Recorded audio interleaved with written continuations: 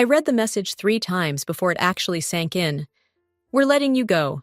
Your company card has been deactivated. Figure out how to get home yourself. I was standing in the middle of a hotel lobby in Sao Paulo, my suitcase still beside me, my phone trembling slightly in my hand. Around me, people moved like nothing had happened, rolling luggage, laughing, speaking Portuguese, living their normal lives. I checked my wallet. $40.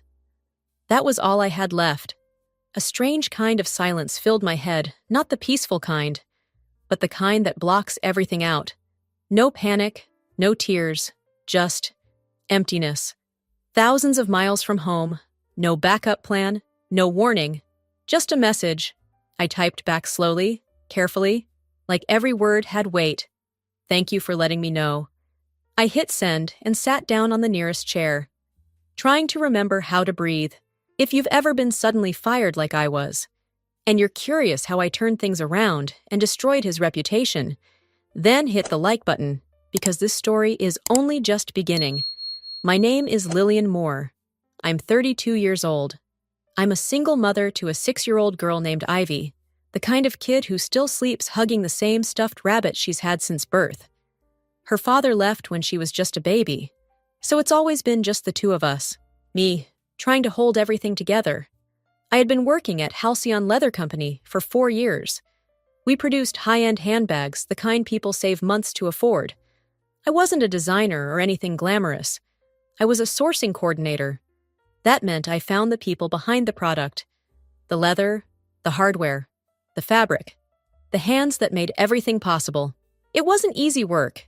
It meant late nights, early calls across time zones, constant pressure. But I was good at it, really good. I knew how to talk to people, how to listen, how to build trust where others couldn't. Because suppliers aren't just numbers. They're people. My boss, Victor Hale, never saw it that way. He was 45, always dressed perfectly, always smelling like expensive cologne, and always reminding me how replaceable I was. You're lucky to be here, he used to say. There are hundreds of people who could do your job. I would smile and say, I understand, because I had a daughter to feed, because I couldn't afford not to. You know, this story is fictional, brought to life by artificial intelligence to make it more vivid and engaging. I believe you will feel something authentic and profound, lessons hidden within each moment. So, let's continue. 2 months earlier, everything had still seemed manageable. I was called into Victor Hale's office without warning. He didn't look up right away, just kept scrolling through something on his tablet like I wasn't even there. We have a problem, he finally said. That was all the context I got. Our main leather supplier in Argentina is threatening to walk, he continued, still not making eye contact. If they pull out, our entire spring line collapses. I frowned. Do we know why? He shrugged, like it didn't matter. That's your job to figure out. Just like that. No details, no background, just responsibility. I'll reach out to them today, I said. No, he cut in sharply. You're not calling, you're going there. I blinked. To Argentina, yes. You'll fix it in person, whatever it takes. The words felt heavier than they should have. For how long, I asked carefully. A few weeks, maybe longer. Stay until it's done.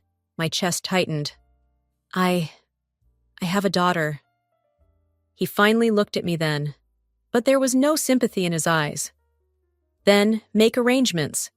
You're not the only working parent in the world. Lillian. It wasn't a discussion. It was an order that night. I sat at the edge of Ivy's bed while she hugged her stuffed rabbit, asking me why I looked sad. I told her I had to travel for work, just for a little while. I promised I'd be back soon. She nodded, trying to be brave, but her fingers tightened around my sleeve like she didn't believe me. I didn't believe myself either, but I still packed my bags, because saying no wasn't an option. Not when everything we had depended on that job, the night before I left. Ivy wouldn't let go of me. She wrapped her small arms around my waist, pressing her face into my shirt like she could somehow stop time. Don't go, Mommy, she whispered. Please don't go. I knelt down, brushing her hair away from her face, forcing a smile I didn't feel. "I'll be back before you know it," I said softly. "Before your birthday." "I promise." Her eyes searched mine, as if she could tell how fragile that promise really was. "I'll count the days," she said. That was the part that broke me. The flight felt endless. Every hour in the air was another hour further away from her. When I finally landed in São Paulo, the city felt overwhelming from the moment I stepped outside. The language, the noise, the unfamiliar streets, everything moved fast, and none of it included me. I took the cheapest ride I could find to a modest hotel arranged by the company. It wasn't terrible, but it wasn't comfortable either. A narrow bed, thin walls, and just enough space to remind me I was alone. The next morning, I started working immediately. Emails, calls, messages across time zones. I spent hours trying to understand what had gone wrong with the supplier. Every conversation required patience, careful wording, and a level of emotional energy I didn't feel like I had left. To save money, I skipped proper meals and grabbed whatever was cheapest nearby. I walked instead of taking taxis. I stretched every dollar, knowing I couldn't rely on anything beyond what the company covered. At night, I would sit on the edge of the bed, staring at my phone, waiting for Ivy's voice. Each day felt heavier than the last, but no matter how exhausted I was, I couldn't afford to fail. The supplier's workshop wasn't in the city. It took nearly an hour on a crowded bus to reach it, passing through neighborhoods that felt far removed from the polished image our company liked to present. By the time I arrived, the air smelled faintly of leather and dust, something raw and real. That's where I met Mateo Alvarez. He was in his early 60s, with weathered hands and calm, observant eyes. This wasn't just a business to him, it was a family legacy. 3 generations had built that workshop from the ground up, shaping leather into something valuable with patience and skill. His wife, Elena, greeted me with tea and a polite smile, though I could sense the hesitation behind it. "So," Mateo said, studying me carefully, "tell me why your company suddenly remembers we exist." There was no hostility in his tone, just honesty. I didn't rush to defend anyone. "I'm here to understand what's not working," I said, "from your side." That seemed to surprise him. For the next few hours, we talked, not negotiations, not numbers at first, just truth. They demand lower prices every month. Mateo said, faster delivery, more volume. But never once do they ask if it's possible. Elena added quietly, "They speak to us like we are machines, not people." I felt a familiar weight settle in my chest. I had heard that tone before, directed at me. "I'm sorry," I said. "And I meant it." Mateo shook his head. "You are not the one we have a problem with." That was the moment I made a decision. I wasn't going to push them. I wasn't going to repeat the same mistakes my company had made. Instead, I asked questions. I listened. I took notes not just on numbers, but on concerns, limitations, and expectations. Respect became the center of every conversation.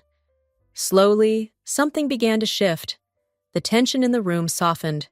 The distance between us started to close. For the first time since I arrived, this didn't feel like damage control anymore. It felt like the beginning of something real. Over the next several days, I stopped thinking like someone sent to fix a problem and started working like someone building a partnership. I went back to the workshop every morning, sitting down with Mateo and Elena, reviewing every detail piece by piece, pricing, timelines, production capacity, payment schedules. Nothing was rushed, nothing was forced.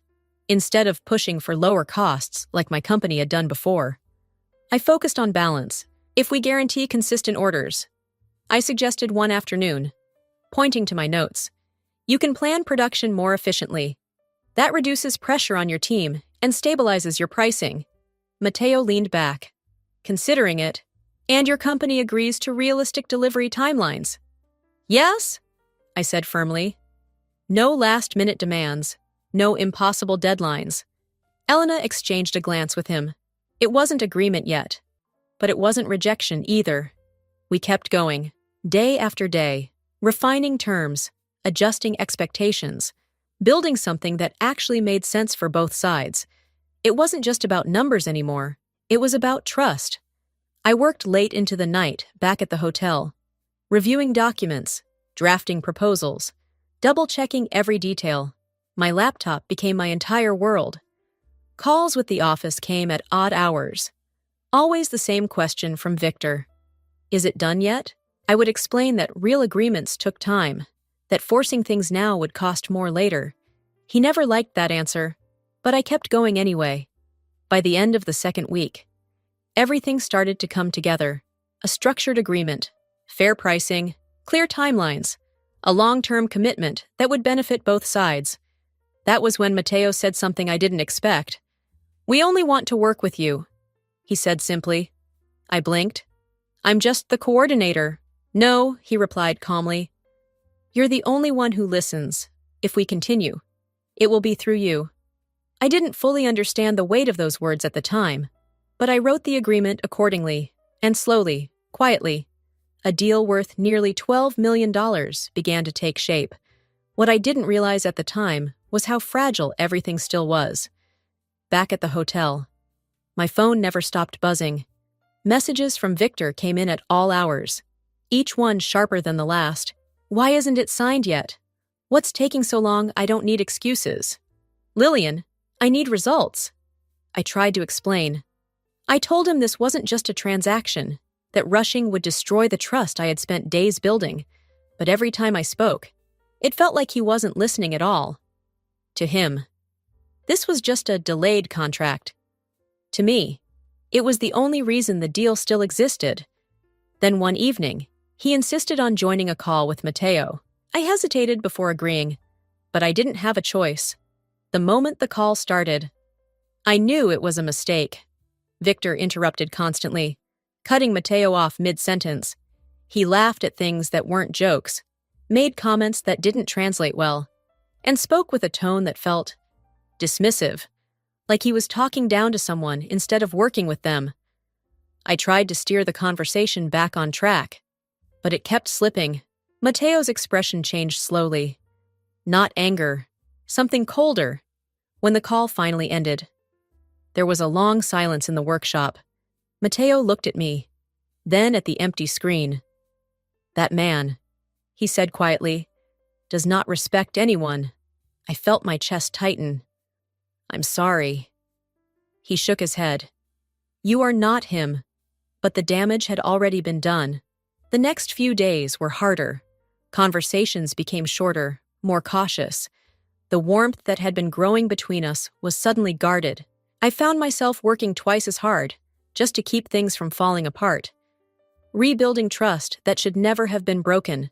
And every time my phone lit up with Victor's name, I felt the same sinking feeling, like everything I was trying to build could collapse at any moment. By the third week, everything was finally ready. Every detail had been negotiated. Every concern had been addressed. The agreement sat neatly printed in a folder on my desk. Waiting to be signed the next morning, Mateo had invited his family to be there. For him, this wasn't just business. It meant something. For the first time in a long while, I felt proud, not just relieved, not just finished. Proud. I had taken something broken and turned it into something real. A partnership worth $12 million. Enough to secure Halcyon Leather Company's entire spring production. All that was left was the signature that evening. I went down to the hotel lobby to double-check everything. I wanted to be sure nothing could go wrong.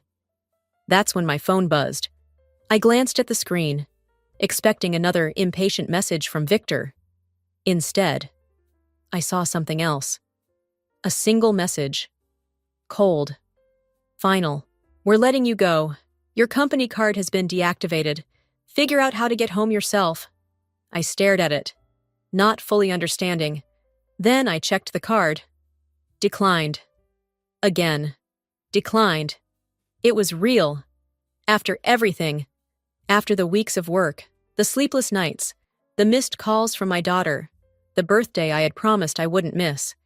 This was how it ended. No warning, no explanation, Just a message. I sat down slowly, the noise of the lobby fading into something distant and unreal. People walked past me, laughing, talking, living their lives like nothing had changed, but mine had. At first, there was shock, then nothing, no anger, no tears, just emptiness. I looked at the folder in my bag, the unsigned agreement, the one that would save the company that had just abandoned me, and for the first time, a different thought entered my mind. Clear. Cold. What now? If you think firing me and leaving me stranded was justified, comment support. If you think it was arrogant and cruel, comment oppose. I really want to know what you think, because sometimes one decision shows you exactly who someone really is. I didn't go back to my room. Instead, I picked up my bag and walked straight out of the hotel. The night air felt different, sharper, clearer, like something inside me had finally shifted.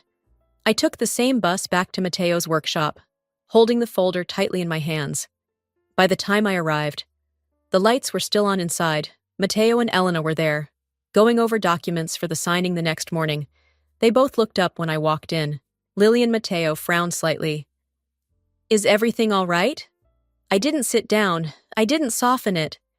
They fired me. I said. The words sounded strange out loud, flat, almost unreal. Elena covered her mouth. Mateo's expression hardened instantly. After everything you've done, they canceled my card too, I added quietly.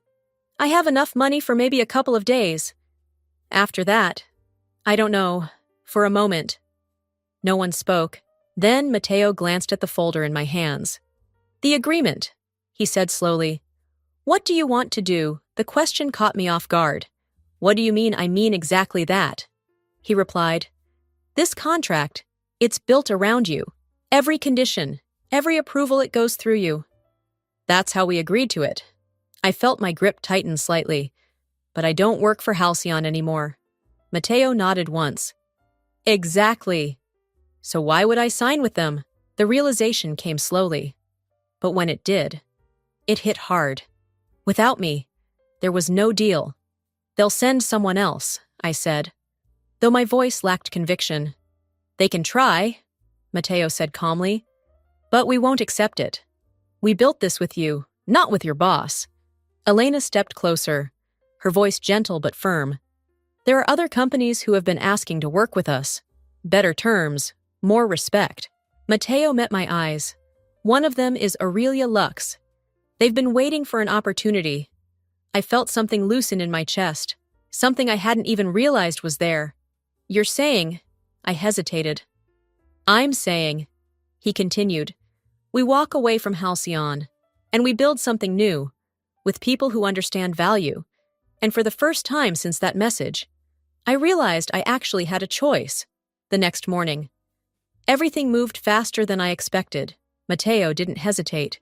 He made the call right there in front of me, placing his phone on the table as it rang. When Victor answered, his voice carried that same impatient edge I knew too well. Mateo. Good. Are we ready to sign? No, Mateo said calmly. We are not signing. There was a pause, then a sharp shift in tone. What do you mean, we have an agreement? We had an understanding with Lillian. Mateo replied, You fired her. That ends everything. Victor tried to argue, to negotiate, to push. I could hear it even without the speaker on full volume. But Mateo didn't raise his voice. He didn't waver. We do not work with people who treat others without respect. He said, Goodbye. And just like that, it was over. Halcyon lost the deal. That same afternoon, Mateo introduced me to Aurelia Lux. Their office was nothing like what I was used to. Calm, professional, but without that constant pressure hanging in the air. The woman who met me, Isabella Cruz, shook my hand with a genuine smile. Mateo speaks very highly of you, she said. Tell me about your work. So I did. Honestly, not just the polished version. I told her about the relationships I built, the challenges, even what had just happened. She listened, really listened. When I finished, she leaned back slightly and asked a question no one had ever asked me before. What do you need to succeed? I didn't answer right away, because no one had ever cared before. I told her about balance, about wanting fair pay, about needing respect, and time to be present for my daughter. Isabella nodded. Done. Just like that. No hesitation, no dismissal. I accepted the offer, not because I had nowhere else to go, but because, for the first time, I was choosing where I belonged. Everything changed faster than I thought possible.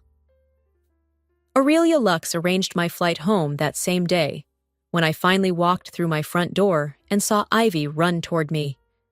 None of the fear, the stress, or the exhaustion mattered anymore.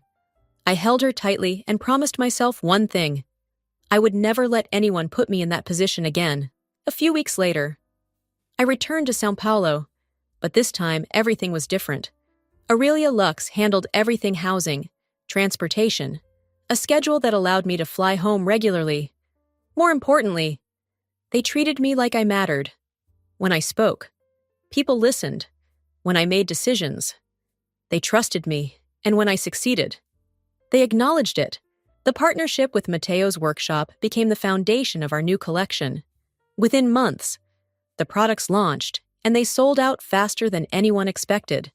The company grew rapidly, and so did my role. I was promoted, given more responsibility, and for the first time in my life, I felt secure, not just financially, personally. Meanwhile, Halcyon Leather Company began to fall apart. Without Mateo's materials, their production suffered. Quality dropped. Orders were delayed. Clients lost trust. What was supposed to be their biggest season turned into a failure they couldn't recover from. And Victor, he lost his position. Word spread quickly in the industry, not just about the failed deal, but about how he treated people. Suppliers refused to work with him. Companies hesitated to hire him. His reputation didn't collapse overnight. It unraveled piece by piece. I didn't need revenge. I didn't need to fight back. I simply stopped holding everything together for someone who never valued it. Because the truth is simple.